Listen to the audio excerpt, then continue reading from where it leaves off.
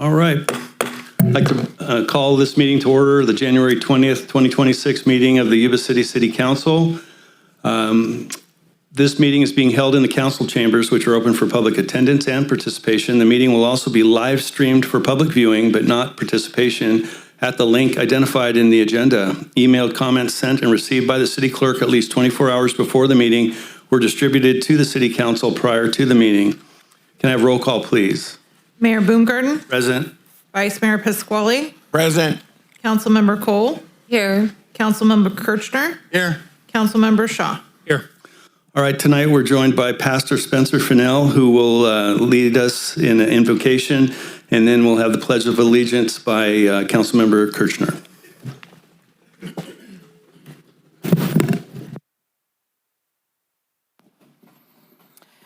If you would join me in prayer. Father in heaven, you're so good and you're so great.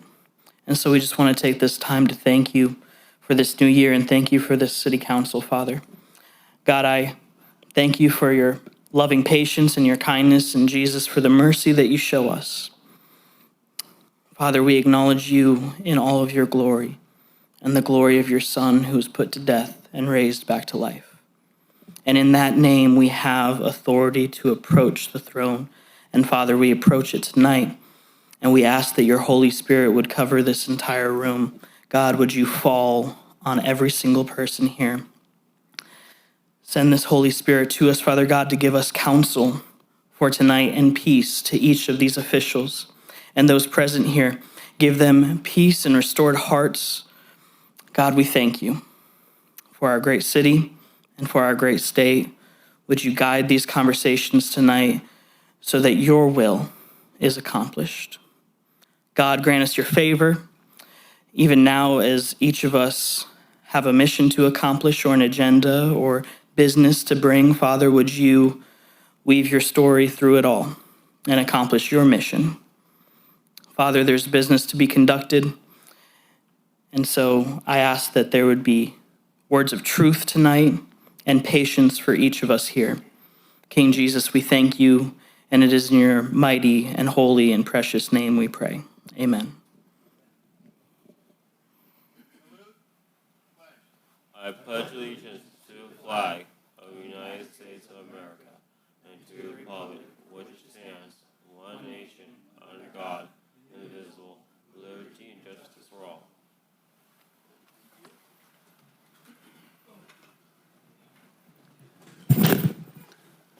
On our agenda, there was no closed session, so therefore there will be no reports, agenda modifications, anything? Okay. All right, we're going to go to item number 1, which is presentations, and this is a special moment for us here at the City Council where we get an opportunity to hear from some of those folks who we vastly appreciate from Beale Air Force Base. The first person that's coming to the podium from Beale Air Force Base is Lieutenant Colonel Dominic Foglia, 9th Intelligence Squadron Commander. His staff is here, who I'll hope you will introduce to the group and onto our live TV audience, and a presentation of the squadron's mission. So, sir, please. Mayor, thank you so much. As you said, I'm Dom Foglia, Lieutenant Colonel, Commander of the 9th Intel Squadron. With me, I have my number 2, Major Alex Herrera, and my senior enlisted leader, the Chief, Jake Gerald. We really appreciate the opportunity to just get in front of the mic and give a little bit of an overview of what we do in the 9th Intelligence Squadron. We're on Beale Air Force Base, but we are not actually part of the 9th Reconnaissance Wing where the U-2s fly. Our wing, our parent wing, is actually at Langley Air Force Base, which is in Southern Virginia. It's in Hampton, Virginia. The work that we do 24/7, 365, is provide intelligence for combatant commanders. We do that in a number of ways. My squadron in particular has responsibility for processing, exploiting, and disseminating full motion video for MQ-9s. And then we also have analytic exploitation teams. My squadron in the 9th is one of 3 other squadrons that are part of the 548th ISR group. So we have a full colonel who's in charge of that group. That group is called DGS-2. DCGS Enterprise is a global enterprise comprised mostly of 480th ISR wing personnel. But there are folks in Langley Air Force Base, Beale Air Force Base, California, in Korea, in Hawaii, and in Germany. So it truly is a global kind of enterprise. One of the really neat things that our group commander told us recently is in 2025, DGS-2, of which we're a part, was a part of every single named operation in some shape or form that the United States military conducted through that calendar year. So you just think of all of the named operations.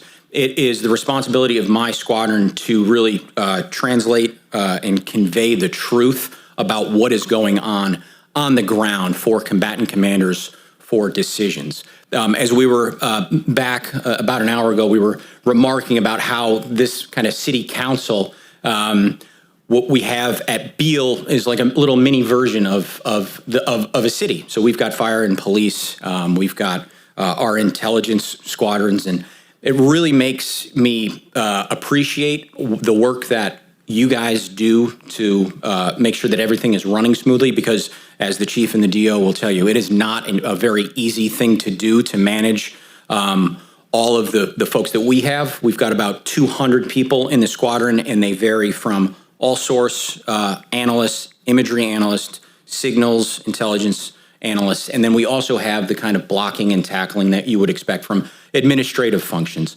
So all that to say, we very much appreciate the time here. I'm sorry I can't really go into too much of what we do, not only because we're being recorded, but because a lot of it is very sensitive. But please trust us when we say that the work that we do is really, really important, and it is being conducted just 17 miles away at Beale Air Force Base. And we are standing watch 24/7 when I go to my operations floor. And I see my airmen visit my airmen at 2 o'clock in the morning on a Saturday just to kind of boost morale.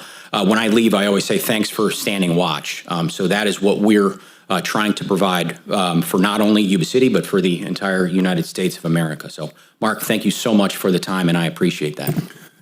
Thank you, Lieutenant Colonel. I have the distinct honor and privilege of serving as an honorary commander for the 9th Intelligence Squadron. And certainly we understand completely the what's the right word?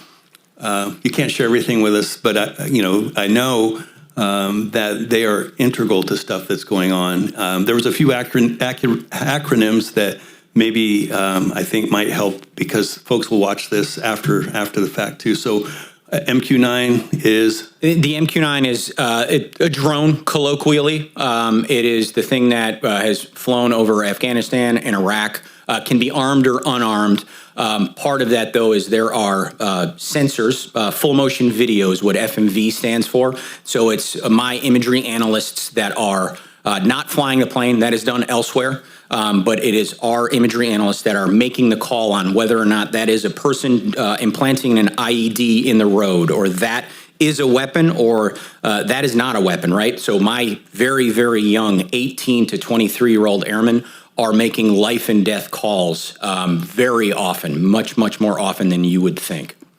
Thank you for talking about the age of the folks that are doing the work for you, because I found that to be remarkable, is that these young men and women are out there really on the front lines, but not on the front lines, if you will, and doing a remarkable job. Also, I think that ISR, maybe just to tell people what ISR stands for. Yes, I apologize. ISR stands for Intel, Surveillance, and Reconnaissance. So Intelligence, Surveillance, and Reconnaissance. I think we are for another word, blessed in our city, in our state, and in our nation to have folks such as you all here tonight to protect us. And from the bottom of my heart, thank you. It's been a pleasure getting to know you. I hope we'll be connected for a little while longer, and I really appreciate you coming tonight. One of the reasons that we brought them over was to meet with all of the city staff. There are a fair amount of Beale personnel that live here in Yuba City, and we felt it was important that these folks who are leading that squadron of how many people? We have 197 people as of today. So there's quite a few folks out there. They have access to the city now. They have contacts, and we are very pleased again to have you here tonight. Any questions from the council? All right. Mr. Mayor, caca. That's That's right. I got it. Good job, Commander. Good job. All right. At this time, I'd like to again thank those from the 9th IS for being here. You know, they traveled from the base, and I know it's foggy out there, and I would love to see them get home safe. So it's up to you guys if you want to hang around for a little bit or not, but thank you so much for being here tonight. And I'm going to turn it over to Councilmember Shaw for the 7th Swiss. Thank you, Mr. Mayor. It's a privilege for me to introduce Major Hockert tonight, who is the Deputy Commander for 7 Space Warning Squadron, as we call it, 7 Swiss. And thank you for being here tonight. Tell us what's going on at 7 Swiss and why is it so important? Because it's that big thing on the hill out there, correct? That is correct. Council Mayor, thank you very much for having us out here this evening. My name is Major Adam Hockert. I'm the Deputy Commander for the 7th Space Warning Squadron located on Beale Air Force Base. Uniquely, we are currently the only Space Force unit on Beale Air Force Base. So a very unique opportunity for us. Our squadron is responsible for 3 main mission areas. So the first is the operation of the Upgraded Early Warning Radar System, or UEWR. That mission is tasked with homeland defense. So our radar can see up and down the entire west coast of the United States, and it's tasked with watching for incoming ballistic missiles. So we are guarding the homeland in that instance. Thankfully, though, based on the way that the radar is situated and how it works, we are also able to monitor space in low Earth orbit. So we are tracking satellites that are passing overhead at any given time. Our next mission is actually operating the long-range discrimination radar. This is very unique in the Space Force in the fact that we are operating a radar that's physically located in Clear, Alaska, but all of the operations and command and control are operated out of the ops floor that is in the UEWR radar. So both crews sit next to each other and can work with each other to provide tipping and queuing information and keep the mission going. And then lastly, we have our training mission. So there are 5 UEWR radars, both across the United States and across the world, the 5th one being located in Fylingdales in the UK. All of those radars are essentially the same weapon system. So we conduct the training mission for all of those radars at Beale. So all students, before they go out to their individual sites, will get trained up at our radar, which is a very cool mission set. We do that all with a very, very lean team. We have about 150 people that we consider part of our squadron. Of those 150 people, only 40 are active duty members. So we rely heavily on a contract and government civilian team that support us. And those are all members of the community. So we appreciate everything that you do to support not only us, but the contractors that work for us, as they are all your community members. At this time, I'll open up for any questions that you guys have. Any questions for 7 Swiss? Again, thanks for being here. I just had the privilege of going out a few weeks ago and hadn't been out to 7 Swiss in about 30 years. And I can tell you that what they're doing has a global impact out there. And all you got to do is look at what's going on in the world on our TV. And between these 2 units, I guarantee you, they're tied to something somewhere because of what they're doing and how they're keeping us safe, so that we know what's going on out there. And I just want to say thank you to all of you for serving, keeping us safe.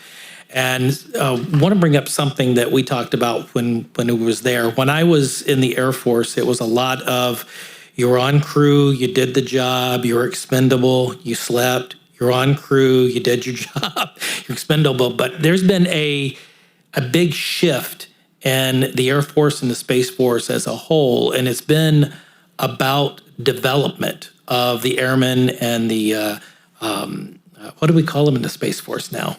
Guardians, sir. Guardians, there we go.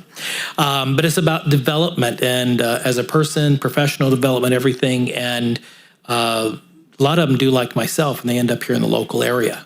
And it's a huge benefit to us, all the training that's going on. So again, I just want to say thank you. And I know that Colonel Barlow could not be here tonight. He's a little under the weather, so thank you for keeping that at base and not here. But please extend our well wishes for him to get better, and to thank you for being here as well. Of course. Thank you, Major. Again, Beale is a super going concern, and it's always been this council's position to partner whenever, wherever, and however we can. And I know there's some potential for some new missions, et cetera, going out there, and we so value our relationship, and we look forward to continuing that and deepening it, even though I think it's pretty deep already. But anyway, thank you all for being here tonight. Please drive safe going home in this weather. It's always a pleasure to see you, and appreciate you sharing a little bit of what you could share of what you do. Thank you so much. All right, we'll move on to item number 2, which is the Yuba-Sutter Regional Safety Action Plan. This is an update by Fehr and Peers. This will be Josh Wolffe who will start us off. Thank you, Mr. Wolffe. Good evening, Mayor and council members. Tonight we're going to have a presentation by Adrian Engel of Fehr and Peers. I'll just do a quick introduction. I think last time I did an introduction for them, I stole half of their presentation. So in 23-24, Yuba County teamed with Sutter County and all area agencies kind of in our region, Yuba City, Live Oak, Marysville, Wheatland, to apply for a region-wide safety action plan through the Safe Streets for All grant program. They were awarded $800,000, and since that time, the counties and cities have been working collaboratively to create a plan to ultimately reduce severe and fatal collisions drastically in our areas. With that, I'll leave the technical items to Adrian.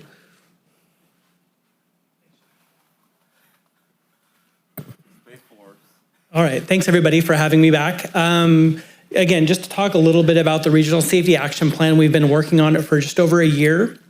And as Josh mentioned, involved both counties as well as the 4 cities in the region, really working collaboratively to try to tackle some of the traffic injury and fatality issues in the community.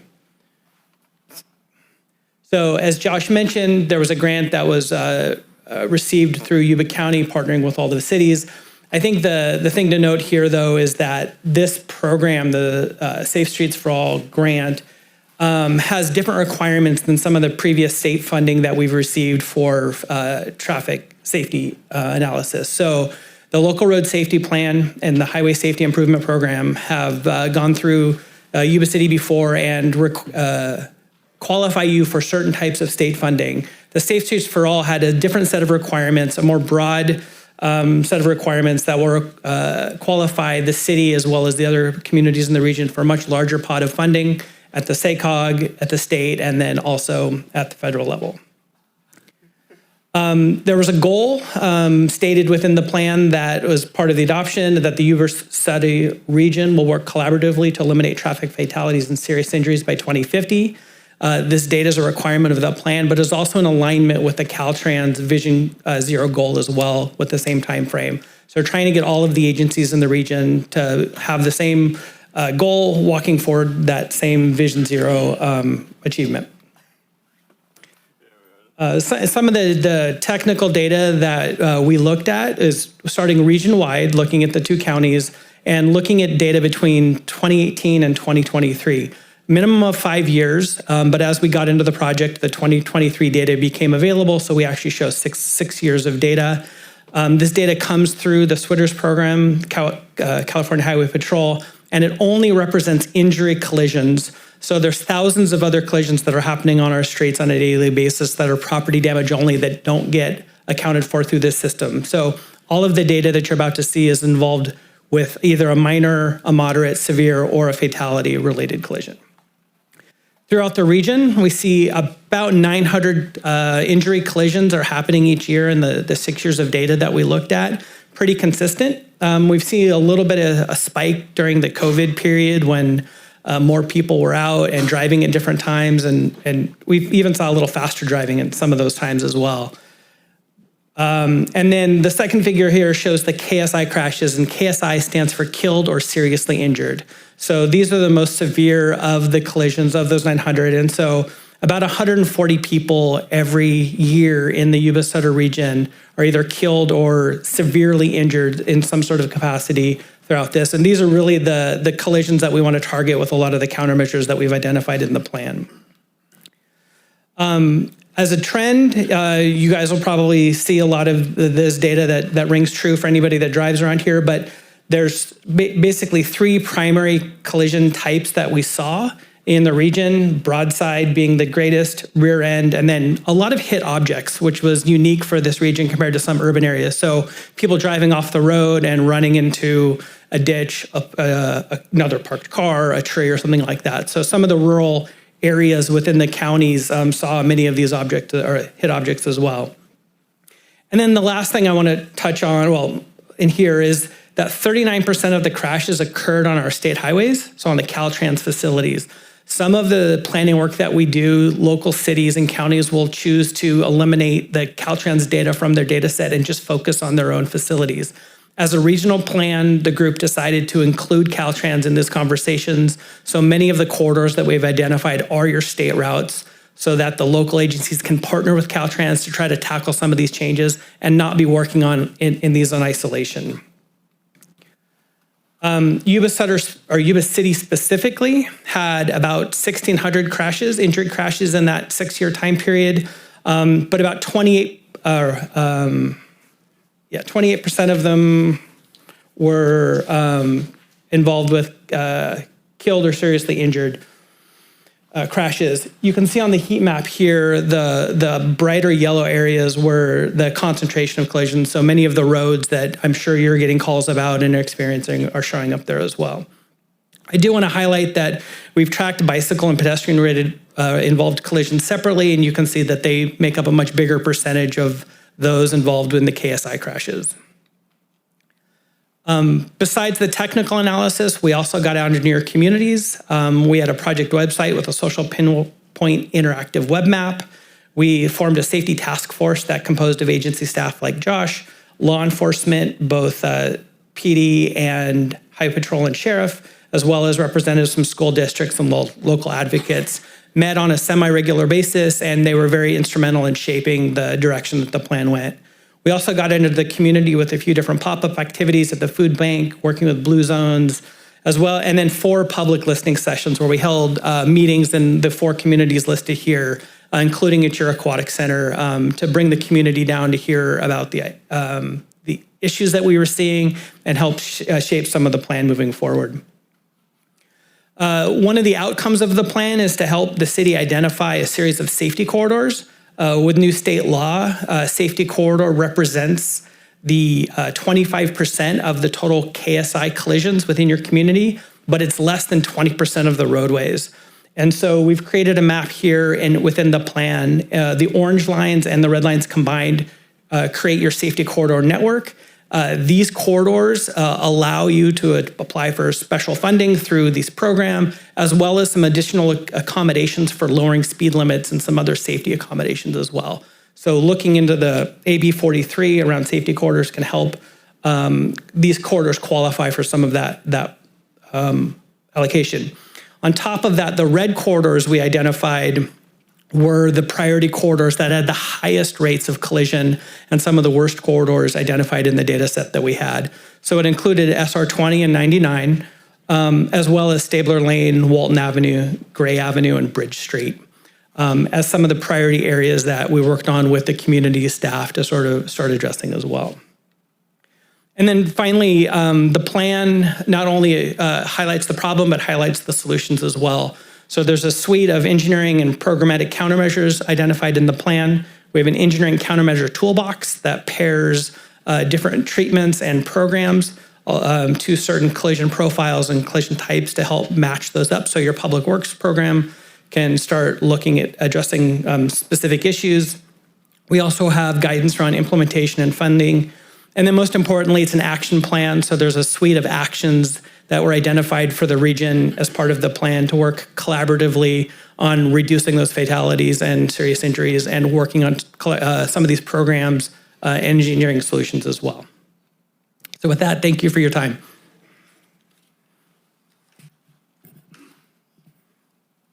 Josh, are you going to come up or are we free to begin to ask questions? However you want to go about it. Adrian will probably be the best on the technical side, but I'd be able to answer with regard to the city's capital improvement and operations. Okay. Any questions from the council? Just a comment, Mayor. Okay. I was looking through this in the packet. I've asked to get more detail because I have a hard time using a computer to digest this type of information. I was very, very impressed with the thoroughness and giving an action plan and having a clear picture of what we can actually do. And I thank you for that. Yeah, it was money well spent. Through the mayor? Yes. Josh, you know what I'm going to ask, right? So is Sanborn on that for a potential, what do you call it, the public safety corridor? Is that eligible? It doesn't, but that doesn't necessarily exclude it. We can still pull Switter's reports looking at Sanborn Road and from that utilize some of the traffic countermeasures that they provided. And I will say from experience, Fehr and Pierce has prepared previous plans for us. They're currently working on our active transportation plan and have done others in the past. Those engineering toolboxes are excellent because through grant writing for our staff and just wanting to stay up on current knowledge and what the best practices are and what are the most effective methods of implementing safety improvements for traffic and active transportation, those toolboxes are extremely useful. So, thank you. Mm-hmm. Anybody else? Josh, you know what I'm going to mention real quick. I think SR 20 from Western Parkway to Feather River would include the El Margarita and the State Route 20. Perfect. Okay. Anybody else? All right. Thank you. Appreciate the presentation and the work of it. Thank you. All right. We're going to move on to item number 4, Statewide Park Development and Community Revitalization Program presentation. Again, Mr. Wolffe. Thank you, Mayor and Council. So tonight I'm coming to you with an exciting opportunity, and we're not really looking for any action, but wanted to make you all aware of this unique opportunity and get input from you all, see what your thoughts are. So there has been a grant recently open to the public. That's the Statewide Park Development and Community Revitalization Program. Through this program, the intent of the program is to create new parks and recreation opportunities in critically underserved communities in California. The program's been around under different names and iterations since about 2009. Since the program was implemented in 2009, there's been about $7.7 billion in requests for projects, and of that, $1.2 billion in awarded projects, or in terms of numbers of projects, 313 projects awarded.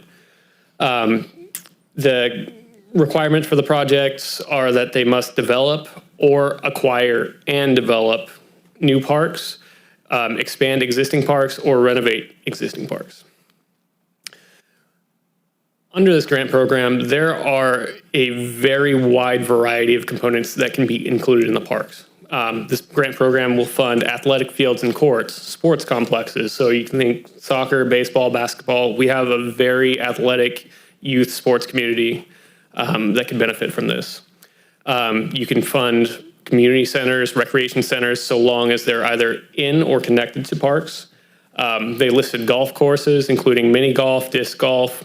They can support trails, including pedestrian and bike bridges, shared use paths, green belts, and linear parks.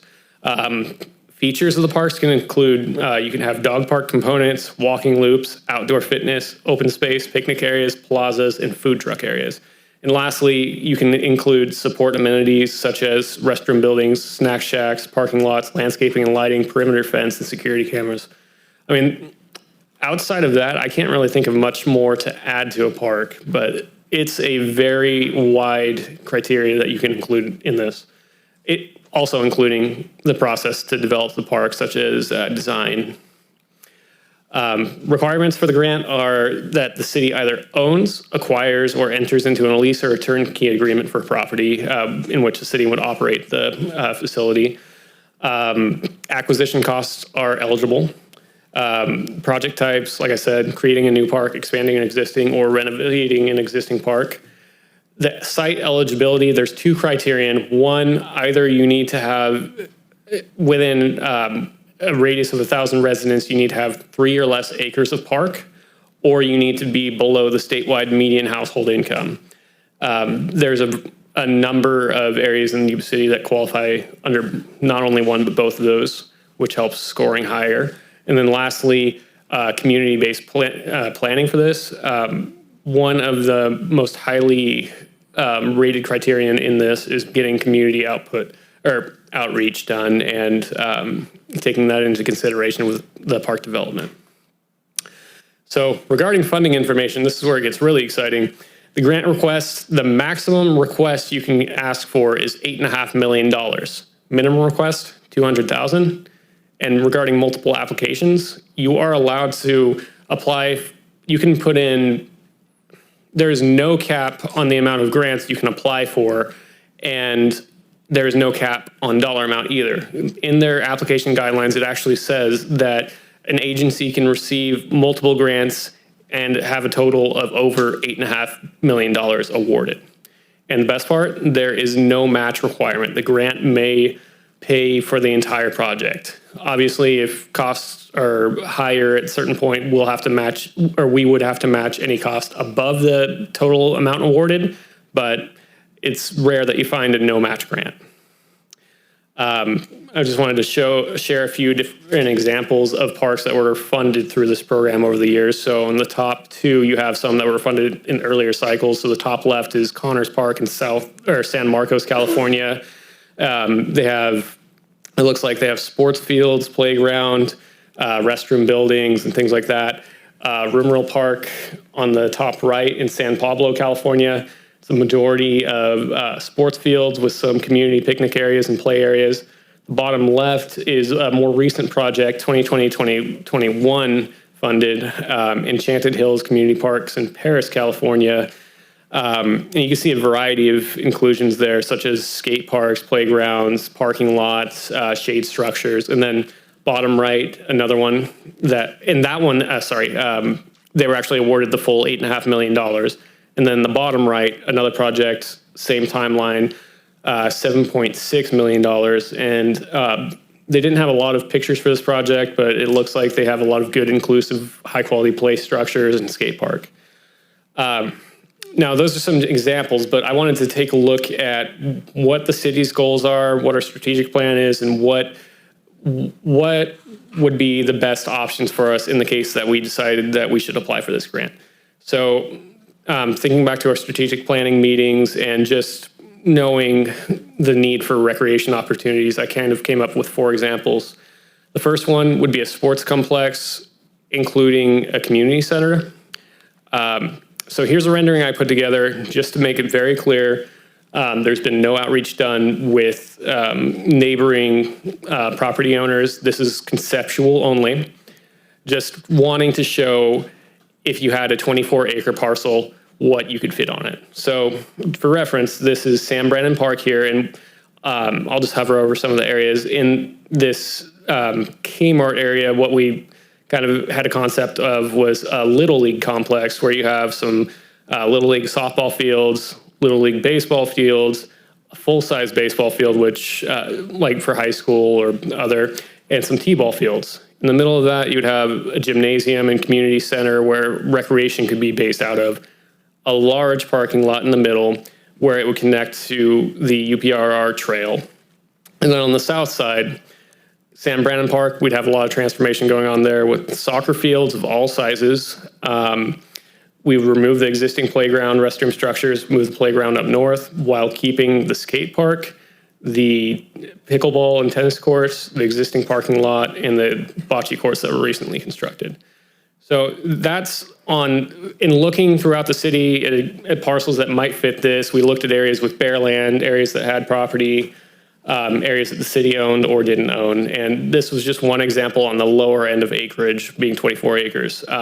We found spots up to 51 acres or more.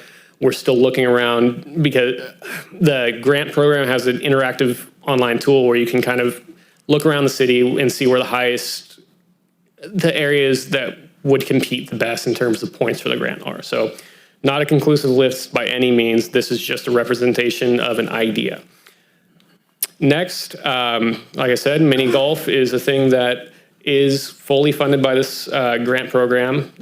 Speaking with the recreation staff, there's a lot of underutilized grassy areas kind of on the south side of the gap.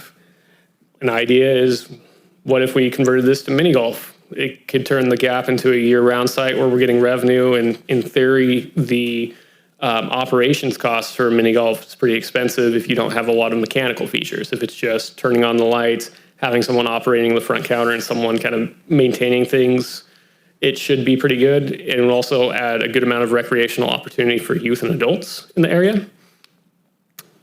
Third one, there was some public outreach in the last year with Caltrans selling their property. Public had some concerns and wishes for a dog park. We own a property in the Stonegate neighborhood that's 2 acres that could potentially be turned into local neighborhood park, but also it has a good fenced-in area that could be converted to a dog park at some point. This case, there'd be no acquisition required. The city already owns the parcels. It would just be kind of remediating, cleaning up the site, and installing the new features. And then last option, we've applied for this before, and mind you, I forgot to add these 2 parcels in here, but a passive park along Bridge Street. Once again, something that qualifies for this grant program. It would be able to beautify the area and improve the quality of life. The city already owns the parcels, so really it would just be development cost. So with that, just wanted to throw some ideas out based on what staff could think of. We really see this as a great opportunity. Zero match grants are hard to come by, and just wanted to present this to you all, see what your thoughts are, and go from there. So with that, I'd be happy to answer any questions, take in any thoughts or recommendations. Well, this is the kind of presentation we like. Money, relatively few strings attached. Questions for Mr. Wolffe?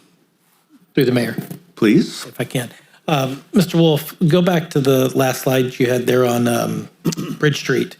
I get that we want to green that up, but we had, and there's actually drawings and everything already, for that to be a veterans park, and it's so fitting with the military being here tonight. Would we be able to put a veterans park in there and still qualify for these grants?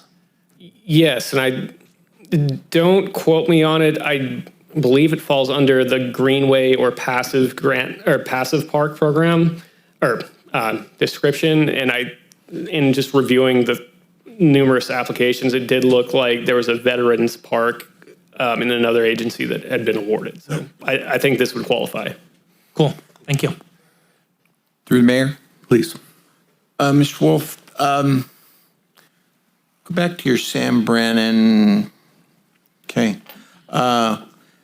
There's been discussions being whirled around that keeping our kids here because of all the great travel stuff that they all do, that it's a huge boost to any community that has a facility or facilities that put these programs on. Because I know there's people sitting in this room that travel up and down this state spending their money at hotels and restaurants out of our community. That would be the direction this council member would be thinking of direction. With the flip side of that, I think possibly having a food truck type facility placed in something like this, because kids eat, moms eat, dads eat, I think would be my direction for you with this presentation. Thank you. Thank you. Yeah, through the mayor. So initially I did have questions because you didn't get to the dog park or the mini golf yet, but those are just both fantastic ideas. And I'm glad you went back to this slide because I would echo what Mike said. As a high school teacher and middle school teacher, I am betting about 50% of my students actually play soccer, and many of them are on a travel team. So I think, and I've heard from constituents too, by the way, we really need new baseball and softball fields for our kids. So great idea there. If I don't know the dimensions, but is it possible to put a soccer field in place of the adult field? Oh, sorry. You're talking, so this is a 200 by 300 soccer field, so I think that's full size. When I was drawing this up, I was kind of just basing it off of river bottoms. This could all be manipulated and moved around. I think you can make, and in talking with our recreation supervisors after creating this, I think you can make multiple large soccer fields, and then those can be downsized or goalpost placed at different locations to accommodate for the smaller fields. Oh, okay. I wasn't sure about that part of the park covering up what's currently there. So, okay, thanks. That was awesome. I hope this happens. Through the mayor. Go ahead. Thanks, Josh. This one has a lot of ifs on it. One particular big if. But if this is to happen, who runs it? There's a lot of, there are options to how we want to go about that. I don't want to speculate too much, but we could always enter into agreements with the local little leagues to lease the fields for use, and then their funds can come back to operations and maintenance on our side. One unique feature with this is the community center. We have a lot of shared use agreement or facility use agreements with Yuba-Sutter or the school district, and that being using their gymnasiums for basketball. If we were able to implement this gymnasium here, we could handle that on our own, not get kicked out of facilities if they have something else going on or maintenance. We'd have a little bit more redundancy on our side. I guess to go back to the question, there's options there. I think we might let the Little Leagues operate the programs themselves, but that's really all I have. Robert, do you have anything you wanted to add? Actually, I do, but I was going to wait until the mayor provides his comments, and I have a few summary comments, Mr. Mayor. My turn, huh? Well, I saw two projects up there that really piqued my interest, and then a third concept. But this one from a father who chased three boys all over at least the middle and western United States of America, having something in our own backyard that could attract not only or keep our folks home, but also attract those who would come use our restaurants or hotels, et cetera, intrigues me.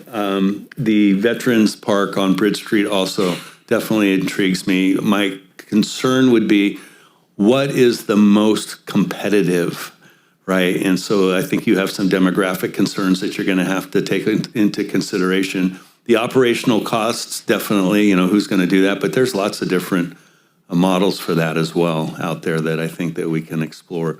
But at the end of the day, for me, the third one, which has just piqued my interest, which is this food truck concept, whether we co-locate it at something like this or even do something off-site where we can funnel those folks who are legally permitted to do their health or their food business. That also intrigues me. So to give them a place to do their commerce, keep them permitted, et cetera. So I saw that as one of them. But at the end of the day, I think I would be really relying on whomever's going to tell us which one has the most highest level of potential funding. And that would be the one I would, hope that we could go towards. Thank you. I do have one question for council. Would you be interested in putting in multiple applications, or would you rather apply for one that has and put the most resources in the one that we feel has the highest likelihood of being awarded? This is a question for me first, or for you first, and maybe Mr. Bendorf. I'm pretty familiar with, there's a lot of grant companies out there who seem to have the pulse of what is what's doable and what's not doable, or what's fundable and not fundable. I think asking us is, let's put in 10 million applications, but if that dilutes our ability to get 1 or 2 funded, I would be concerned about that. That's just my opinion, council. Through the mayor, I guess the question is, what's the downside of doing more than 1? Your turn, Robert. With that question? Yeah. Yeah, I don't know if there is a downside. I mean, it's just as long as we have a clear path forward and direction, which we'll be seeking from your council, in the near future. We just wanted to introduce the topic to you before this gets away from us and deadlines pass and we don't take action. And, for staff, I think we're really excited at a potential opportunity like this. But when it comes to operational costs, I mean, listen, we have some challenges with our recreation programming now. Do the fees that we collect sustain our recreation programs? Absolutely not. Your council allocates millions of dollars every year for recreation programs that aren't covered by revenues received for those participating. And when you look at the opportunity that our families and children have here in Yuba City, some take advantage of what we have to offer, such as GAP and our other recreation programs, but we also serve thousands of residents from the Yuba-Sutter area. So for me, it's looking at a regional concept, right? If we look at these parks, we call it a regional park, and you put yourselves on the map. If you look to the south of us, and only a 30-minute drive away, they have a Spring Hill Suites, and I can promise you this, I've had relatives come into town and go to stay there. My gosh, if it's a volleyball tournament weekend or if it's a softball tournament weekend, good luck. Every hotel is just about booked. And especially the Spring Hill Suites, which we have one going up, in Yuba City. So as an example, but you bring that regional flavor to it. So people come from out of the area. And if you look at potential public-private partnerships and running an operation like that, that's how I think we get creative in covering those operational costs. I never want to say no that we can't do it, because I think we can. And maybe it's other benefactors that want to contribute to making it worthwhile. The other thing I would add is that everything's connected. So, Mr. Mayor, as you and I discussed recently, I ran some data regarding what kind of a sales tax leakage that we have in Yuba City, and looked at 30 different categories. So the unmet need overall is about $500 million of a variety of things, from certain kinds of restaurants, food stores, et cetera. One of the ones, and looking at all the ones that have a 50% and above unmet need, one of those is sports merchandise and other things. And I think it's in the area of 60 to 70% unmet need. That means people are traveling from here, going elsewhere to purchase their sports equipment. And so if you have a concept like this you introduce, and then you actually are awarded something and you bring regional tournaments, and it's something large enough to attract folks, they will spend their money there at those sports stores. And you see it happening all around us. So again, everything's connected: the hotel stays, the food, the sports stores, et cetera. But I'm not saying just this one opportunity puts us on the map, but this opportunity presented by Josh when he first talked to me about it a few weeks back, I said, let's get this in front of council and just, see what they think overall, the concept, and we would come back with asking you for direction. But again, you mentioned about the local Little Leagues, and that sort of strikes a chord with me. I mean, some of these Little League fields have been around a lot longer than all of us. I mean, even Peach Bowl Little League. I mean, my grandfather coached there. My dad played there. I played there. I'm no spring chicken, obviously. And so they've been around, and they're aged, and their infrastructure is aged, et cetera. But if we provide an opportunity for our youth on a big scale, why not give it a shot? If we miss, I'd rather aim high, and because it benefits all of Yuba City and potentially the region. So that's why we're bringing this to you today. And as far as the Veterans Park, I mean, could you split it up? Yes. But I would encourage your council to really think, how everything's connected. And you can potentially turn a concept like this, and I'm not saying that the Kmart property combined with San Brennan is the option. We just did that because it's a big parcel or two big parcels next to each other.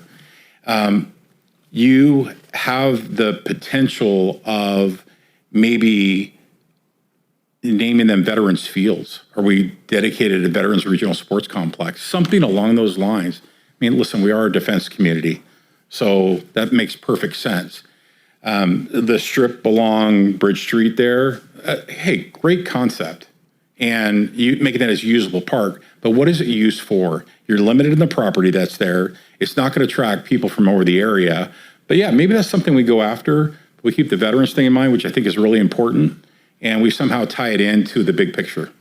So that's our hope at the end of the day, and we appreciate your council listening. I loved hearing the input because that'll help guide us when we come back and ask for that full direction. Sorry I went on a little bit about this, but as we're doing our economic studies right now, our economic development studies and finding out what fits and some of the exercises we've already gone through, this is just an incredible opportunity for our families here in Yuba City.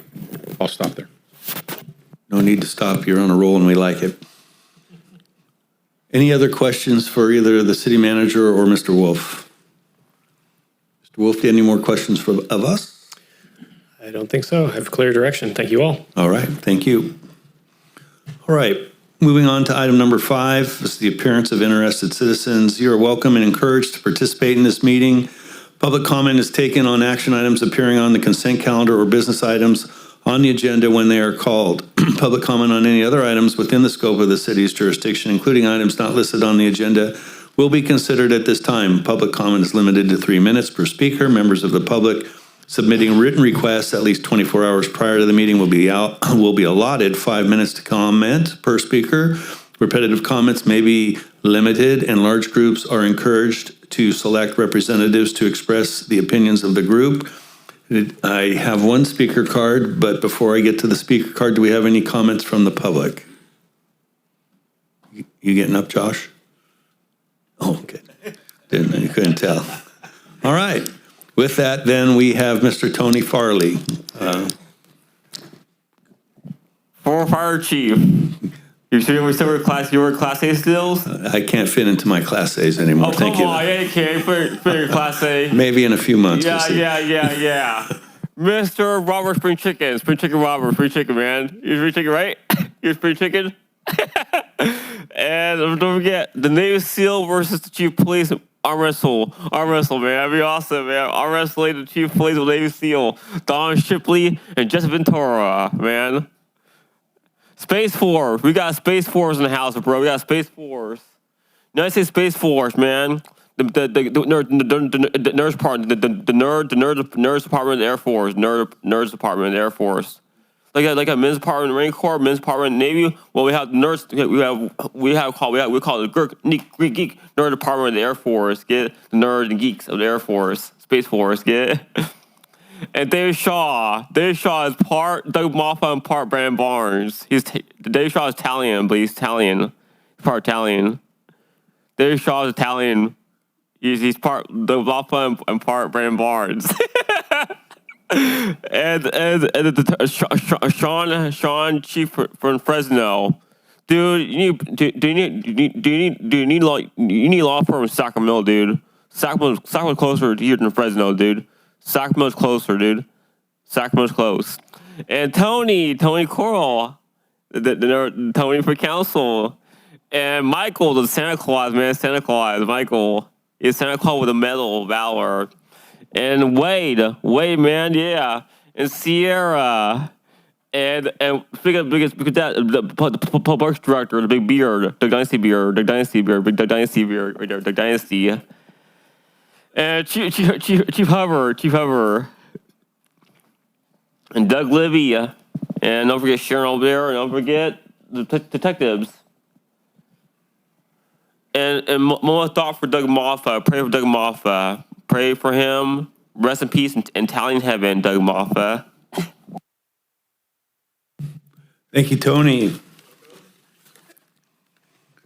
All right, consent calendar is our next item.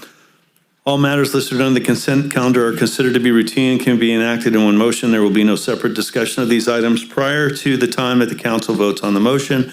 Unless members of the city council request specific items to be discussed or removed from the consent calendar for individual action. Do we have any comments from the public on consent calendar items 6 through 18? Public comments? Not seeing any. All right. Back to the council for a for a motion. Through the mayor, move to approve consent calendar items 6 through 18. Second. Have a motion by Council Member Kirchner, second by Vice Mayor Pasquale. All those in favor signify by saying aye. Aye. Any opposed? Hearing none, the consent calendar has been passed unanimously. Okay. Moving along to item number 19, community sponsorship request, Girls on the Run. I need to recuse myself as I am a member of the board or board member for the Girls on the Run, so I will be turning the meeting over to Mr. Vice Mayor. Thank you, Mayor. Okay, Ms. Wakefield, could you please give us our presentation? Absolutely. Good evening, Vice Mayor and Council. I'm here this evening to share a community sponsorship request from Girls on the Run of the North State. As many of you know, Girls on the Run is an organization that inspires girls in 3rd through 8th grade to lead healthy, joyful, confident lives through evidence-based curriculum and the power of running. Helps them develop leadership skills, healthy habits, and ultimately become contributing members of our community, so we like that. They are looking for $1,800 in sponsorship, which will help them to continue to provide programming to every girl who would like to participate. This funding supports training for the coaches, curriculum and materials, and an end-of-the-season 5K that allows the girls to put everything that they learned together during their 10-week program and cross the finish line more connected and more confident than they were when they started. So with that, I will open it up for questions. Well, sorry, not yet. Just so you guys know where we are at this point with the budget and community contributions, we have already received some requests and granted some sponsorships over the last 2 quarters. So you can see here that if the request from the Girls on the Run in the amount of $1,800 is granted, that will leave our community contributions account with a balance of $7,200. And again, community events, we had some requests come earlier in the year, and so our balance in that account is $5,500. So typically we have about $2,500 per quarter to allocate toward these types of events. So there we go. Alternatives, don't authorize the sponsorship request. We can approve a sponsorship request with changes, so in another amount if you feel that's more appropriate, or you can provide other direction. So the recommendation, of course, is to adopt a resolution to approve a monetary sponsorship request from the Girls on the Run in the amount of $1,800. And now I will open it to questions. Thank you. Any questions from the council members? Seeing, okay, please. Through the Vice Mayor. Do you know, Sierra, if the girls are individually getting sponsorships as well, like fundraising or anything like that? I am not sure. I can look into it for you if that's important. I do. Okay. Yeah, so very familiar with Girls on the Run, actually. In volunteer work with Yuba-Sutter United Way over, I forget how long we had as a partner agency Girls on the Run, but in my 18 years with United Way, I would say I know at least half of that. And so we went through several different presentations, and the girls actually do go fundraise as well as individually and collectively. And we really saw some really good benefits of the program. We would have them come in and speak to the entire board, but a very worthwhile program. That's just my 2 cents, Councilmember Cole. Thank you. I agree with you. And just was curious about more of that entrepreneurial part for the young women, but that's it. Thank you. I have a couple of questions and comments, Sierra. I saw an extensive list of schools, and I think every grammar school and middle school in the Yuba City Unified School District participates in this, if I'm not correct. Yes. However, I would, in the future, could you please ask whoever asked for this money, if they could kind of include some numbers of how many girls are being affected by this? How is this money being stretched to get more involved? All of those kind of things, the nuts and bolts, for me is very important to see if I'm giving you $1,800, if it's just kind of a blank wall. I trust our city manager's input on this immensely, but I'd like to see some more numbers and such in the future if you could pass that along, okay? Sure, absolutely. Okay, any further questions from council? Okay. Open this up for public comment. No public comment? Closing for public comment. Do I have a motion? Move to approve. Second? I have a first and second. All those in favor, please signify by saying aye. Aye. Any, well, I guess we don't. We all four of us answered it. Okay. So with that, is 19 is action taken. Move for approval for a new gavel. I know I can't make that. I apologize. That's 40 years of having a hammer in my hand. Well, the mayor did say a few weeks ago it might be time to get a new one, so you guys help me. Yeah, it's looking cracked. And I think it just got cracked more, I don't know. All right, item number 20, assignment of city council to regional boards and committees. This was the annual assignment of folks to our very many regional committees, which include local committees, regional committees, and statewide committees, actually. I took the opportunity for your consideration to also conclude several ad hoc committees. One of those is the Habitat for Humanity. I think we're on our way with Merriment. It's always available to be reestablished should we see the need. The community outreach, I know that again, these things are set to only have a time certain, so we can always reestablish community outreach when and if the time becomes necessary. And then probably most significantly is the Sikh Parade Ad Hoc Committee. It's not that we're going to abandon that. I just think it's more appropriately named the Sikh Festival Committee because it's not really a parade anymore or a Sikh event. But when we get down the road here in a meeting or two, then I think it's time to reestablish a couple of us to sit on that particular ad hoc committee. And we'll, if with your approval at that time, then we'll rename it.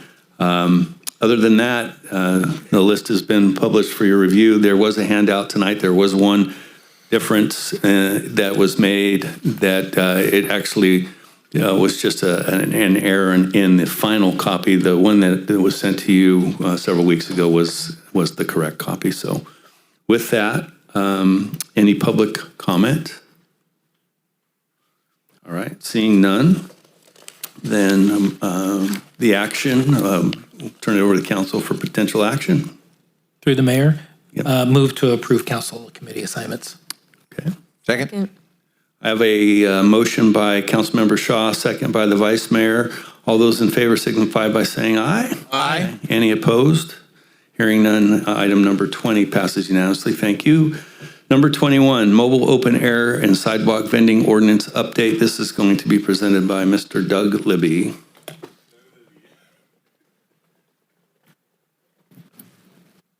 Well, good evening, Mayor, council members. Good to be with you. Okay, so we're going to talk about an update to our mobile vendor ordinance. Tonight we're really seeking for some direction, input from your council, and then hopefully initiating a code update that would look at updating how we regulate mobile vending operations, including seizure of equipment of illegal vendors serving food, implement new state requirements involving sidewalk vending, and clarify limitations on regulations to promote young entrepreneurs. So our current mobile vending ordinance was established in 2010, and it has not been updated since. And there's just been substantial changes in business practices, how the public perceives these uses, and there's been largely comprehensive change at the state level regulating how we can how we can regulate these businesses. So some brief background. We as a city has seen a significant spike in illegal vending operations, especially with illegal food vendors temporarily setting up on both public and private property. Operations can be quite extensive, including tents, generators, lights, food service areas, tables, chairs, music. These pop-up restaurants are often trespassing, don't comply with food safety laws overseen by Sutter County. They violate safety and ADA requirements and can be incompatible with existing uses. Vendors place lawfully operating establishments, and that's brick and mortar restaurants, and then even licensed food truck vendors at a competitive disadvantage.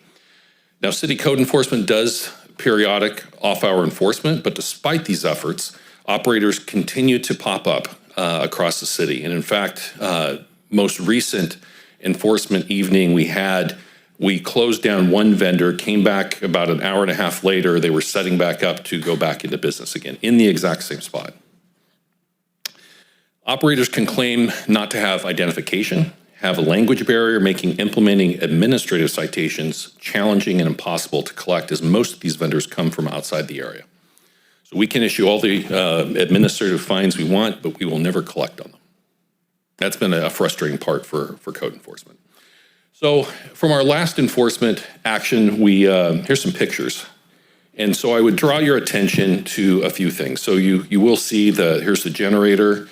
You're gonna see the coolers, but we don't know if the temperatures this food is being kept at meets food safety requirements. I also reference this, I'll call it a cone of meat over here that has no protection from insects. Now, in the wintertime, you have fewer insects. During the spring and summertime, we have a lot more insects, and there's just no protection out there. Similar across these other operations, again, the generator, food being unkept at unsafe temperatures. But the one thing I would draw your attention to with all these, you won't see a hand washing station. There is none. And I say just let that sink in for a second. And think about what the brick and mortars have to put in place. Think about what even a food truck operator, they're required to do. So we've divided the ordinance update into 3 different sections. The one is, first will be the open air vendors. So the preliminary ordinance that we've put together with a lot of help from our city attorney focuses on, for the open air vendors, seizing and disposing of perishable materials, including unsafe food, seizing equipment associated with the operation. Equipment could be stored by the city for 30 days and then disposed of if not claimed. Owner could reclaim the property upon providing suitable evidence of ownership. Costs incurred to salvage, dispose, store impounded property can be assessed against any responsible person, including the owner, and also establish an appeal process. Now, these requirements are over and above existing food vendor requirements or having appropriate Sutter County environmental health permits or a city business license. The second area is sidewalk vending. Now, as I'm sure you may have heard from the city attorney before, the state continues to tie locals' hands, and this is one area where they've really done so, and that's through a Senate Bill 946 and some companion legislation that went with it. It limits the ability of local governments to regulate sidewalk vendors, except as authorized under law. So basically, the city is prohibited from regulating sidewalk vendors unless it adopts an ordinance that directly and it objects directly related to health, safety, or welfare concerns. Those are the only things that the city is allowed to provide restrictions on. Now, the preliminary draft ordinance establishes a program requiring, among other things, limitations on sidewalk vending in residential zones, in parks with concessions, restricting hours of operation, compliance with ADA and local permit requirements, Sutter County environmental health regulations, distance requirements from special events, things of that nature. Under state law, violations would be subject and are only punishable by administrative fine. The last one is youth entrepreneurs. I think this one's really important because I think it's every few years you see some article in the news where someone doesn't like youth entrepreneurs, submits a complaint to a city, and some poor code enforcement officers just doing their job And unfortunately, it's like stopping Girl Scouts from selling Girl Scout cookies and things of that nature. Well, we're building into our ordinance a provision that exempts those things. Many youth have had their first business opportunities from a simple stand in front. Think of the lemonade stand, baked goods, or the Girl and Boy Scouts selling goods. Currently, many of those city ordinances around the state prohibit these activities. We're looking to build in an exception to that. And then the preliminary draft ordinance proposes to establish these exceptions for minors under the age of 18. So next steps. We're asking your council for your input, for your guidance and direction. And then with that, we'd incorporate it. We would need to take forward the draft ordinance to the Planning Commission because the mobile vendor ordinance is under the zoning code. And so we would get a recommendation from the Planning Commission and then return to your council, where, as you know, it takes two visits, one for the initial first reading and then a second reading to adopt an ordinance. So the recommendation, initiate a municipal code amendment to Title 8, Chapter 5, Article 53 to update our mobile vendor ordinance. And so with that, I would conclude my comments and just note that the city attorney is also here with me to help answer any questions you may have. All right, thank you, Mr. Libby. Questions from the council? I know there's questions or comments. Okay, I thought the vice mayor had some. Mr. Libby, thank you. I want to thank you and Mr. Chaffin for all the work you guys have put into this. Went through it line by line, and we've got a good foundation, I think, with what's been brought forward. The question I'm going to pose here is one we met earlier on. And just for clarification, what rights and what options under the new ordinances does property owners have for protections? Because we know what's going on in our city. These operations are just popping up. They're not getting permission. They're just showing up, setting up in a parking lot or setting up in front of a business. What can be done now? And then how will this work in kind of the future going forward with dealing with these situations? Will the property owners be, I guess, held responsible for, the operation that's on their property? Or does this go directly and focus on those vendors? Whichever one of you guys want to talk about that. Doug's looking at me. Thank you, Doug. I appreciate that. Yeah, I've talked enough.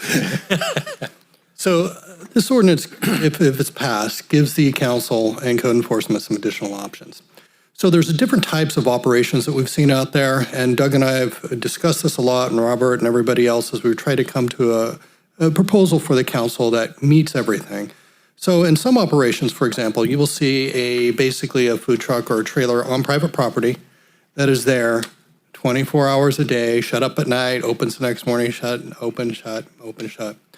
There are a couple ways we can approach that, one of which is technically just becoming more of a permanent operation there. It's not really a mobile food truck at that point, it's a permanent operation. If there are any CUPs or anything else, the city can proceed against the owner and say, hey, you're in violation of the zoning code. You are not authorized to do this unless they have a conditional use permit or something that allows them to do it. So we can take enforcement action that way. The other enforcement action is your code requires them to move at least 600 feet on a regular basis, and you can't return to the same location the same day.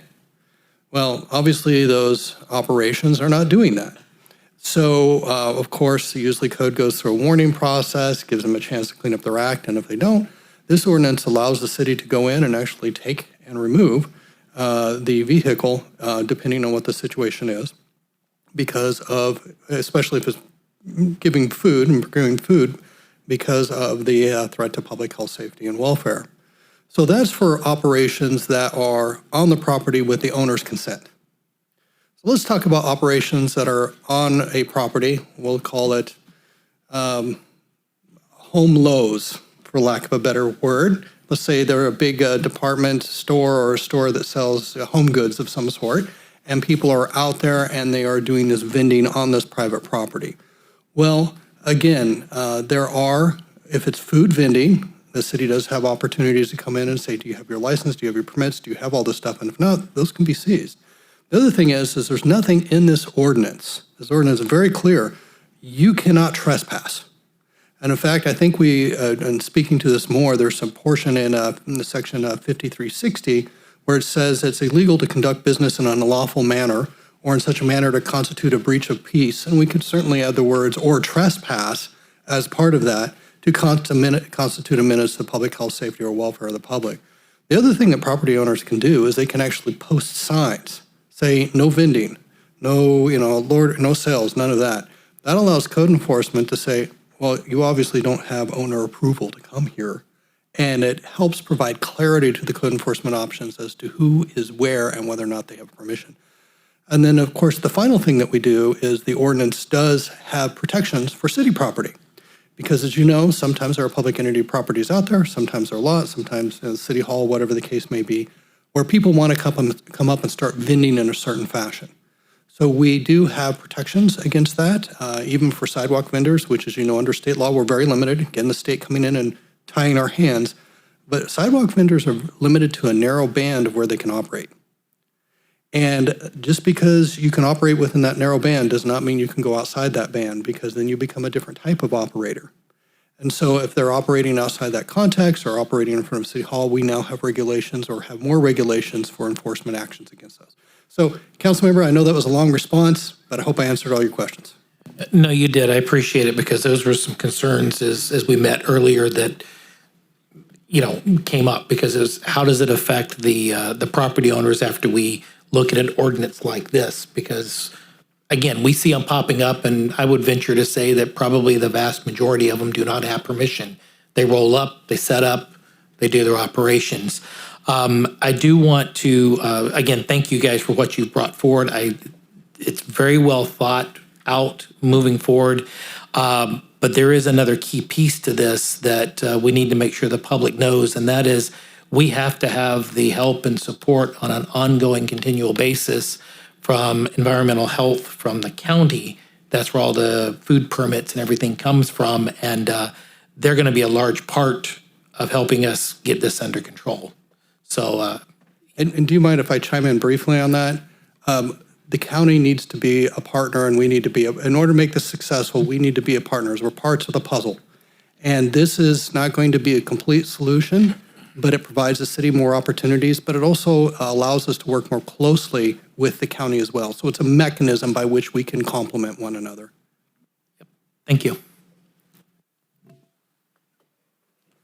Anybody else? Through the mayor, just real quickly, regardless of what the council decides to do tonight, I'm assuming it's still unlawful to set something up like this, like a pop-up on the shoulder of a state highway. Is that a yes? I hate to say the word it depends, but it depends on a whole bunch of things. So it depends where on the state highway, whether it's on state. The state can come in and say, hey, you're obstructing a state highway. They have enforcement jurisdiction there. We also have certain enforcement jurisdiction. However, the easiest way to shut down operations like that is county health. They can come in and they can seize the foods that's there. And I can tell you, meat's expensive, as we've all been to the grocery store. And if you seize some meat that's not meeting the standards and confiscate the food, do that a couple of times, I predict that will discourage unlawful activity of that sort. Okay, my comments. A few things. Number one, I appreciate the conversation about the property owner's responsibility and some of the activities that they could potentially do in regards to protecting themselves from these illegal, I'm going to call them squatters, for lack of a better term. I always had a bit of a problem, or heartache anyway, if we were after the property owner for somebody that landed on their property unbeknownst to the property owner and suffered whatever. I will say that an unnamed local elected official from the other side of the river approached me and said, hey, whatever you're doing over there is working because they're coming over here. So I smiled and said, well, if you want to take a look, there's been some folks that have worked really hard on something over here. Maybe you need to do it on your side of the river as well. So it becomes more of a regional thing than the push and pull that I think we've seen over the years, where something happens on the Yuba County side and everything floods over here and vice versa. One thing that concerns me is that I'm starting to see, and I don't spend a lot of time on social media, but I see a lot of folks advertising on social media. So is there in this ordinance the ability for an entity or one of these pop-up food vendors specifically to operate on private property without any regulation? So let's say that I own a piece of property and I invite the vice mayor, who's a food vendor, onto my property to sell his wares or his food. Is that permitted under this? I'm going to give you the attorney response of, it depends on the circumstances. Can we just get the button? So it depends whether they're vending to people and having customers come in from off-site, whether you're just catering in food for your local event or party or whatever, that may be okay. So it depends. So if you're asking a food truck to come and deliver you some food or whatever for a party or event, I think I'm looking at Doug here. I don't think that the city's going to necessarily have a problem with that. Where we're going to have some issues in here is if you're setting up on a residential property or some other place and you're selling the food outside and you're vending to the world at large or whoever it may be, there are definite enforcement mechanisms, not only in here, but also in our existing zoning ordinance. Our zoning code does not allow you to operate residential property that way. So for anybody who may be operating out their house and going out and selling stuff in a residential area like this and having a big food event on a regular basis, beware. There can be repercussions. It depends. And Mr. Mayor, I would just add on to what the city attorney said. So after talking with county environmental health specialist who focuses on restaurants, what she told me was, so these pop-up restaurants that we're seeing, if they are affiliated with an event, so I'm just going to say one of the strolls, and they go in, they get the permits that they're supposed to get, and they provide the hand washing stations, and they make sure that you have to comply with food safety requirements, there actually is a way for them to get permitted. But outside of an event along the streets of Yuba City that we see, no, there is no mechanism for them to be permitted.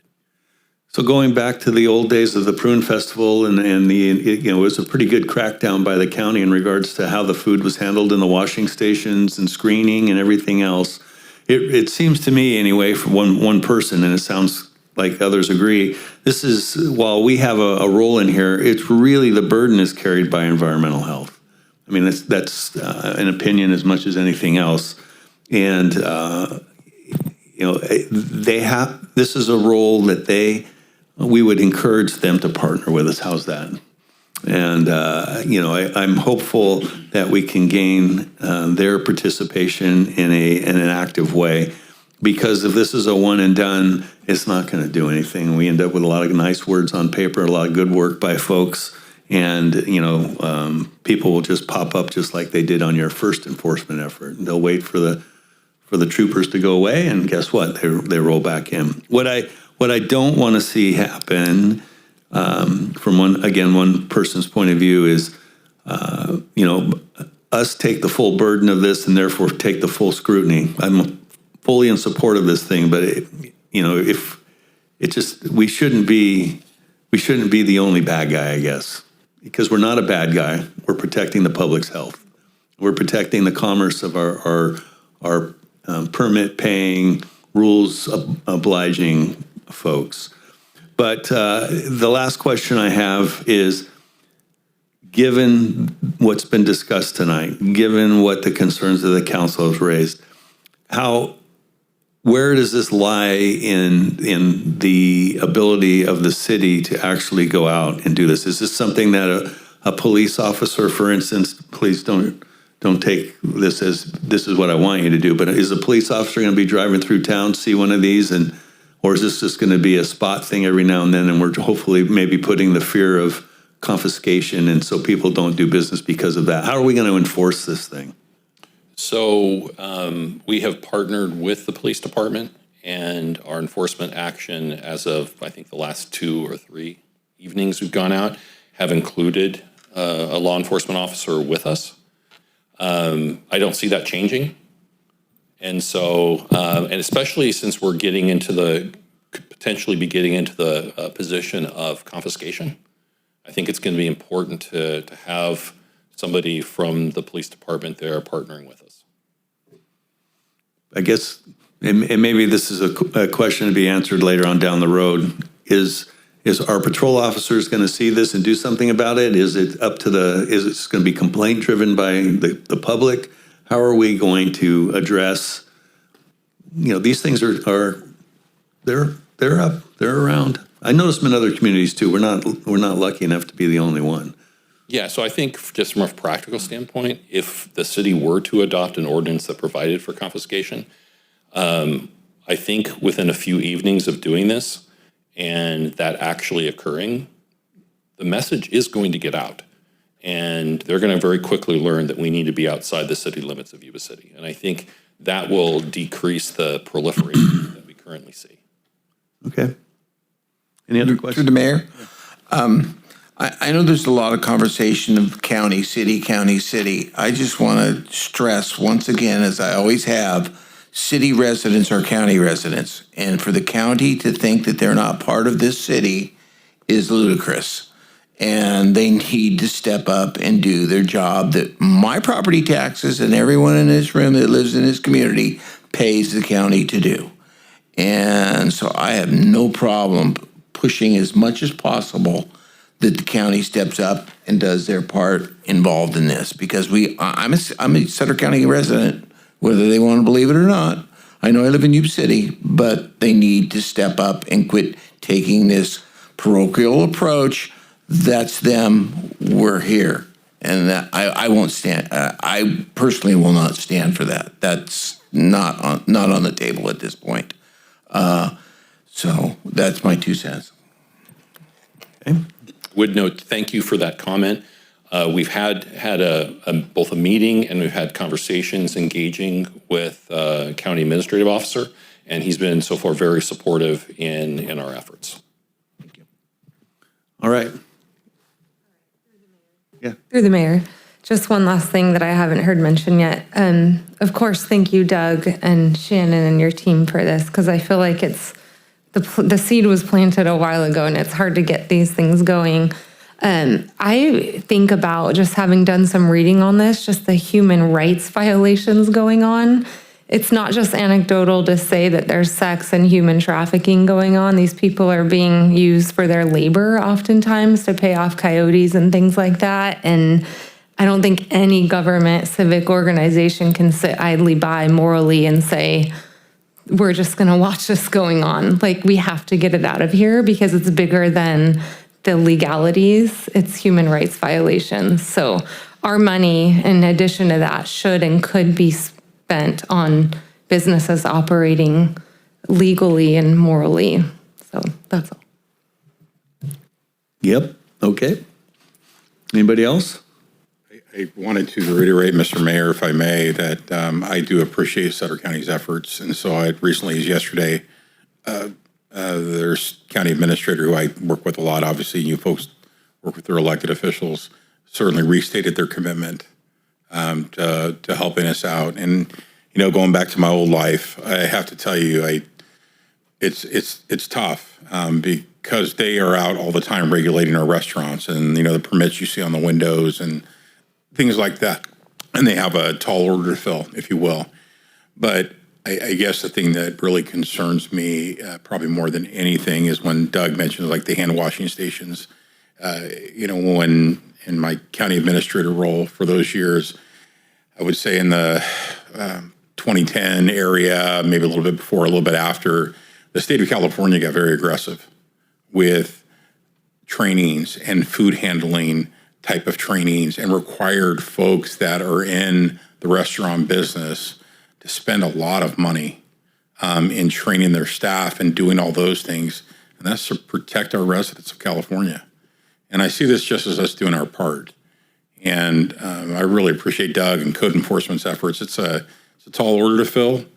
But again, it's in the best interest of the health of everyone. And we're glad to have a partner with Sutter County and moving forward with this, because we couldn't do it without them, to be honest. Okay. Through the mayor. Go Can I ahead. ask one more question?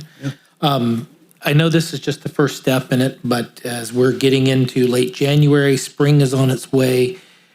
Are we on a time, what kind of time frame are we on? Are we going to have this in place by spring when all of them really start popping up?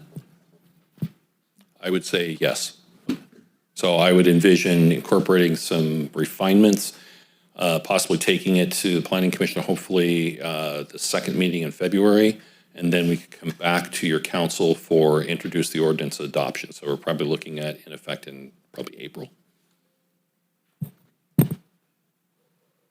Okay, April is, okay, that's spring, but I'm just, there's no way to expedite that. No, but in the meantime, I would say that we are going to continue to partner with Sutter County because today they have that authority under environmental health to confiscate. So don't think of it's being put on hold until April.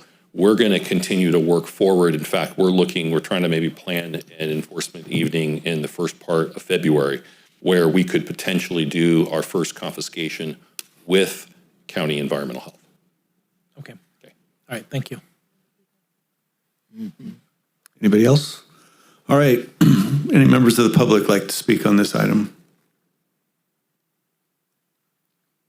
Okay. No one from the public? And action from the council.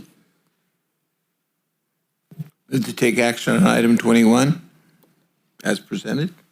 Second. Okay, I have a motion by the vice mayor, second by Councilmember Cole. All those in favor signify by saying aye. Aye. Any opposed? Hearing none, item number 21 passes unanimously. Future agenda items, anything for the future? Okay, not seeing anything. Reports and communications. City manager, you're up. Thank you, Mr. Mayor. A few items for upcoming items, if you will. May fall into the future agenda items, but I'll give it to you under this category anyway. So February 3rd, we have our budget workshop perspectives initially scheduled. We would do a workshop just again on the perspective for the upcoming fiscal year. That date's a little bit flexible right now, and I would ask your council's indulgence, and I'll work with the mayor certainly and the vice mayor, because we may need to do it either the following week, because I know some council members might not be around that first week. So the intent is to have a separate workshop to where we can just receive some direction from council. So it might be the 4th or 5th, or maybe even the following week. So would appreciate your indulgence on that. And then mid-year, I believe we're still targeting February 20th, if I'm not mistaken. And I'm looking with a nod over to our finance director for a mid-year review. February 20th, I believe, is what we had, the second meeting in February. Giving you a little extra time, right? So darn that Tyler ERP, right? So, but I think the date moved a little bit for the workshop. So I think February 20th would be probably acceptable for mid-year and give us a little bit of time to put that together. Also on February 20th, I am hopeful we're at that last stage, the hard work that your council and your department heads put in to develop our strategic plan. I've looked at the draft a few times. We've gone back and forth with the person that's doing the content design, and we're hoping that on February 20th, we're able to present that in final format, the hard work your council did along with your department heads and putting together that strategic plan. So excited to do that. And then also the 3rd or 4th week in February, we hope to return back to your council. Doug and I had an opportunity to spend some time with Perkins Eastman, which a few of you attended some of those meetings on our economic development initiatives. And we're feeding them some more data. They've come up with a revised version. We've identified some priorities. Be meeting with a few council members here really soon to talk about sort of next steps. But we'd like to roll that out potentially in the 3rd or 4th week of February. But more to follow there once we firm up a date with Perkins Eastman. But really, really excited to see those potential initiatives and concepts highlighted. But I really think that it is going to provide that energy drink type level, if you will, to some our economic development opportunities in the future for Yuba City. So we're excited to do that. And that's all I have, Mr. Mayor. Thank you, Mr. Bendorf. Councilmember Cole. Okay, not too much to report. I'm going to let Councilmember Kirchner report on Yuba-Sutter Transit, but I will mention that I was nominated and elected to be the vice chair for that for this upcoming year, so honored for that. And then the only other thing I did the last couple weeks was with the Sutter County Children and Family Commission. Our city and Tulips Bloom Speech Therapy teamed up to put in a communication board at Regency Park, and Councilmember Pasquale and I went to the ribbon cutting there. Pretty cool thing to see the 3 languages on that board, as many grandparents maybe or parents who don't speak English can go and actually take a picture of a QR code and get the translation. So if they don't know English, they can still help the little ones learn English. And so we all know how important literacy is. So that was an awesome thing to see and be a part of. That concludes my report. Thank you. Next up is Councilmember Kirchner. Thank you, Mr. Mayor. Gil Sizer, once again, was canceled. With moving forward with mosquito vector, I will be attending on the 1st of February a convention in Southern California, so I'm looking forward to that. Had a quarterly review, installation of the Yuba County taxes, and we did our yearly renewal of our flood insurance. With transit, as Councilmember Cole mentioned, we did election of the new chair and the new vice chair. The new chair is Supervisor Reddick House from Yuba County, and as she mentioned, she's the new vice chair of transit, which we're really excited about. There's purchase of a maintenance truck. The big thing on the item, the agenda, was the RFP for construction management for the next gen transit facility. This is the big project going in over on North Beale Road, so we're excited about that. Also, we did our yearly employee evaluation for our new director, which he did extremely well with, because we believe in everything he's doing. With Regional Water Authority, we got a report from their new vice chair and executive committee members, really thin on the agenda other than approval of a budget amendment of $50,000. Lastly, the mayor and I attended, and this kind of goes along with the homeless liaison. The mayor and I attended a very well-attended meeting at the county over on Market Street to talk about the closing of the Salvation Army depot in Marysville, which kind of sent shockwaves through the region. And it was really, I'm really proud of Johnny Burke for calling that, because I mean it was packed. It was packed to the point where they kept coming in asking people to move their cars because employees just couldn't get in. I mean, it was literally standing room only, and it was an informational meeting as to why the depot has got to close, and it's just like everything else. It's the costs, and the building is literally falling down around their ears. But it was more about bringing the community together and just listening to different ideas of what to do in lieu of. So I'm really glad Mr. Burke brought that to our attention. And with that, that's all, folks. I think. Let me double check. I'm not missing Waffle Wednesday, am I? We're still on for that? Is that coming up? Okay, so Waffle Wednesday. Thank you, Mr. Mayor. Thank you. Councilmember Shaw. Short and sweet. I don't have anything to report. Been working at the ranch during the last 2 meetings, and want to thank the mayor for his expertise with helping me support our GDP with a little deer merchandise there. So thank you, sir. Write it well and proud. Vice Mayor Pasquale, please. Thank you, Mayor. The only thing I have is that I was asked to fulfill the Sabufka commitment for Councilmember Shaw, and the meeting was canceled. And with that, I conclude my report. Thank you.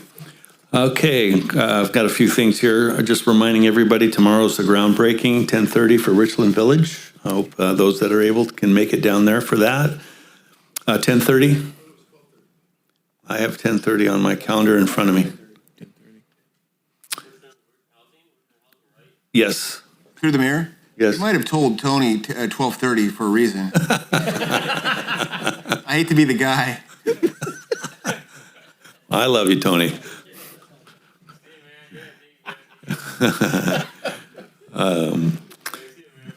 Okay, so I want to thank the Vice Mayor and Councilmember Cole for covering at the not the groundbreaking, but the Regency Park. I was attending a First Friday out at Beale, and appreciate you guys taking that on. Cut the ribbon at the new coffee shop with many of you, Full Circle down there. In fact, Wade and I had a little meeting down there this morning. They're going concern, so it's a nice little addition to Plymouth Street. We had a Zoom with Adventist. The president, Mr. Champlin, got us on the phone to let us know that the fountains, the garden, and the courtyard were in the process of being sold. It's going to take several months before the sale is actually taken care of. I will share that my mom is in the fountains, and so after the public announcement, I let my sister know. She did a bunch of back checking, and Cypress Health seems to be like a pretty well-respected operator, so that's who they're trying to sell to, so that was some good news. Attended SACOG on the last Thursday. Several things happened down there that I think are really good for our region. Yuba County Supervisor Bradford was appointed as the vice chair, which means that next year he will be the chair, and that bodes well for our region because that carries some weight. Carm Baines from Sutter County Supervisor was appointed to the Mega Region Group. This is all the metropolitan planning areas or organizations get together. So having Sutter County represented on that Mega Region thing is a good thing. And I was appointed as the vice chair of the Transportation Committee. So we have a lot of voices down at SACOG, and as you well know, they do a lot. And we just had our safety transportation thing. There's a lot of funding coming this year, so I think we'll have some advocates, which I think is a good thing. Several of us are going to be participating in a trivia contest to support Sutter Animal Services Authority this coming Sunday. And since the 49ers are out, no one has an excuse to not be there. So we are looking for one more body if you're interested. The Vice Mayor and I will be meeting and greeting those that are going to be recommended to the council for the Youth Commission. That's tomorrow evening. And I know several of us will be traveling north for Congressman Lamalfa's services up in Chico. And from what I gather, they've got folks from the DC coming. There's probably 1,000 or so. It may even be more than that up there. So with that, I think we will conclude this meeting. I really appreciate everybody's attendance. I certainly appreciate the folks from Beale coming out and sharing a little bit of what they do with us, and close this just thankful for all that Yuba City has to offer and all that the support that our staff gets and all the feedback, good and bad, that we get. So thank you very much.